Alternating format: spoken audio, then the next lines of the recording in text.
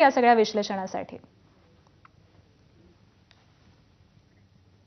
आणि सोन्याच्या पाठोपाठ चांदी आयातीवरती केंद्र सरकारनं निर्बंध लावल्याचा तत्कालीन परिणाम म्हणून चांदीच्या दरामध्ये 7,000 रुपयांची वाढ बघायला मिळतेय।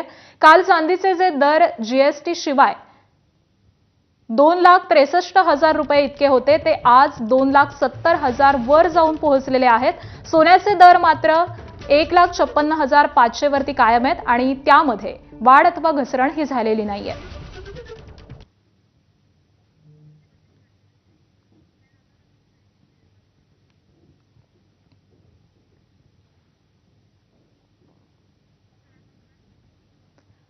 तर सोन्याचा आणि चांदीचा दर आपण पाहतोय। सोन्याचे दर हे सध्या स्थिर असल्याचं दिसतंय, कोणतीही घसरण झालेली नाहीये किंवा कोणतीही वाढ ही कालच्या तुलनेमध्ये झालेली नाहीये।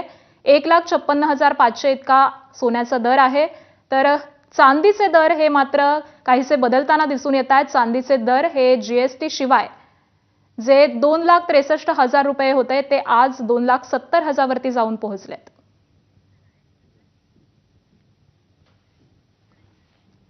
आणि यानंतर इतर काही महत्त्वाच्या घडामोडी। छत्रपती संभाजीनगरमध्ये ठाकरेंच्या शिवसेनेनं